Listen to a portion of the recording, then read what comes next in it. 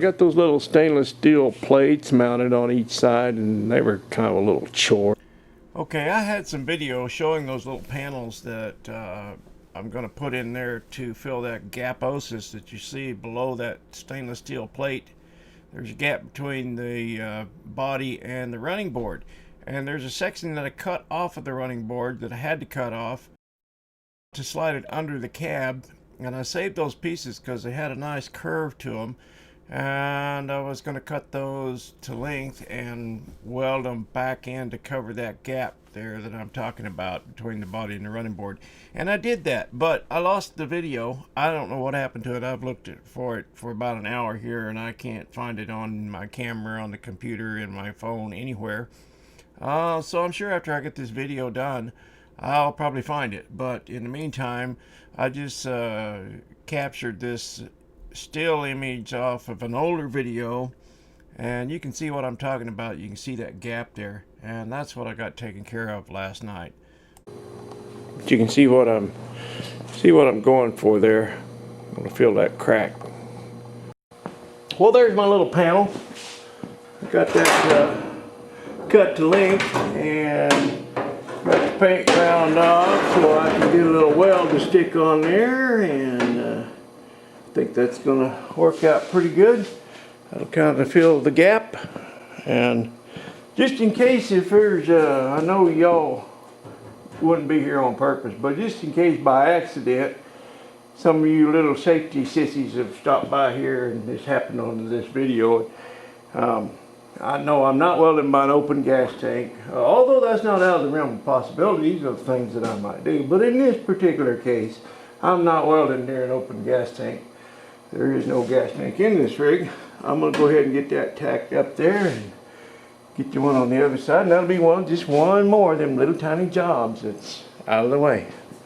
What is that they say? Yard by yard, it's really hard, but inch by inch, it's just a cinch.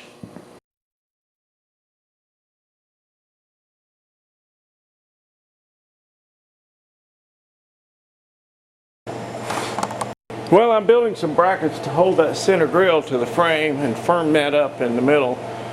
I've come up with a way to do that where it's kind of out of sight. You really won't see much of it, and also it's designed to dodge that steering arm so it won't affect that wherever that winds up.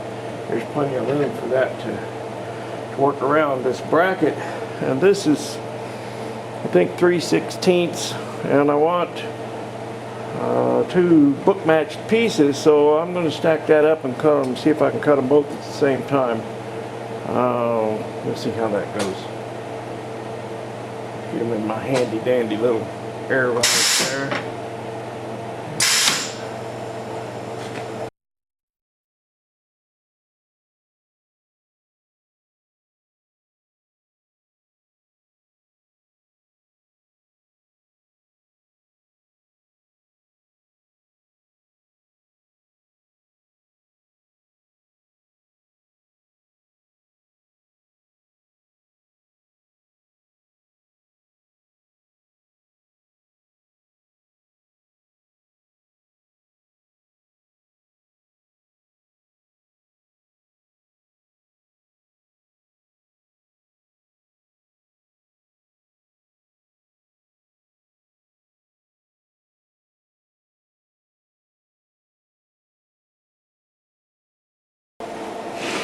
Well, I got those cleaned up a little bit. There's my brackets, and I know a couple of guys that, boy, would just make them so happy if I were to paint those.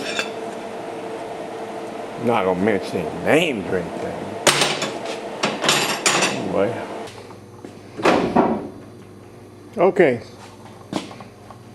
There's my new clean little bracket that I builded, and it allows me to, whoops, hit a mouse. It allows me to move my steering arm anywhere I might need to go with it. It can't hit it. It can't go far enough to hit that bracket. So that's a good thing. And I'm going to mirror that on the other side. So my next step is to get in here and cut these ugly temporary brackets out and put in my new one.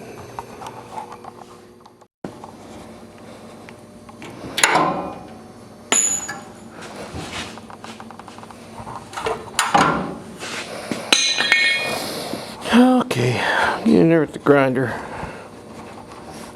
Tidy that up a bit. We got to cut on that one a little bit more. Yeah, clean that frame up.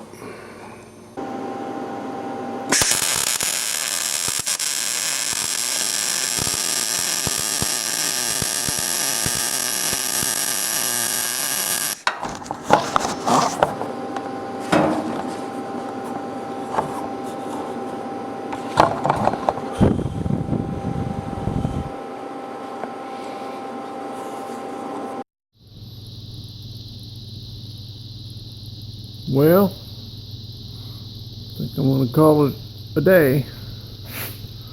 Night, everybody.